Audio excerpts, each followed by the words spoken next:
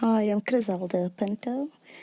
I'll be speaking today on molestation and rape by a family member, which is known as incest, as well as physical abuse. It all started at the age of 7 in the late 1980s for me, when I was only 7 years old, and it didn't really show any symptoms or there weren't any signs of any molestation that happened. I started speaking about my abuse at the age of 11, trying to reach out to family members.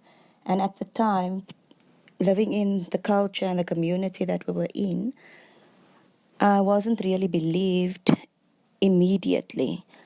And I tried to speak again about the molestation that was happening at the age of 14, when I came to my senses that I could become pregnant from my dad from the penetration, and started reaching out to youth leaders and the church, and they were chased away from the home and not having to intervene in any family affairs. And still, family members didn't do anything about it at the time. And I started doing self harm at the age of 14, all the way until I had a mental breakdown at the age of 17 and started cutting myself, taking tablets, not eating. I had anorexia and eating disorder, and had lots of physical symptoms and problems with my stomach and gynecological problems as well.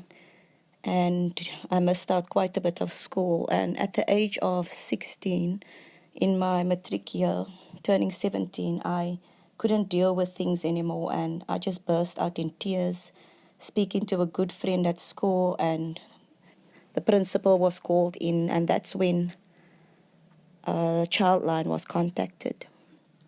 It affected me in many negative ways, like emotional issues that I had. I couldn't trust anybody. I had, like I said, physical symptoms. I had physical issues with people. I couldn't allow anybody to touch me or stand near to me or even sit near to me. I had lots of boundaries, and I've built many walls around me over the years.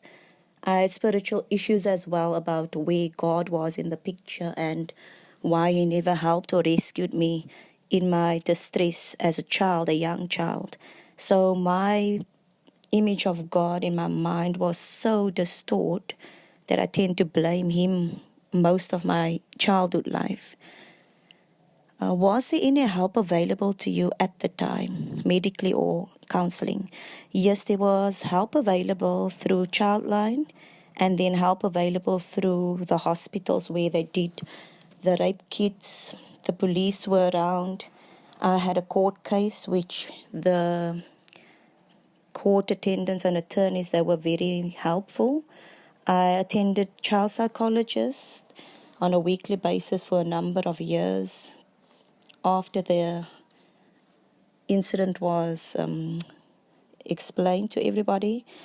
And we were under police protection for at least 3 months, and we were protected, our family, from against the perpetrator, which was my dad. And I will say there's lots of institutions out there and organizations, NGOs, who can assist at the moment with any issues that you must be facing regarding molestation and rape. So were you supported and believed by family members? Like I said in the beginning, I wasn't much supported as a young child, but in the late 90s, family members started noticing that there was something wrong, and still we couldn't get any help at that stage because we were also physically abused and chained to the house and locked up many times. So we couldn't really get out until we had to physically run away, which almost caused our death when I was 16 years old. So it was really a traumatic time, and the depression that I fell into was really deep, as well as all the emotional issues regarding that, and anger and betrayal, and also hatred that comes with being abused and molested, as well as the rape that occurred in between. My message of hope is that there's help wherever you are. whichever community you live in.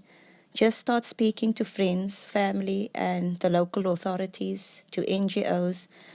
There are so much assistance out there in this time and era that we are living in.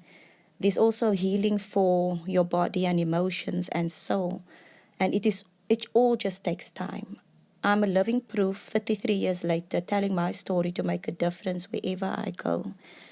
I would say to my dad is to get help, because I believe he was also hurt and abused as a child. I forgive my dad because no one is born having to hurt anybody, and no one is born with bad thoughts. No one is born to be a bad person and to commit crimes as big as this. So there is hope, and we are biological family. So there is love amongst us as well. Thank you.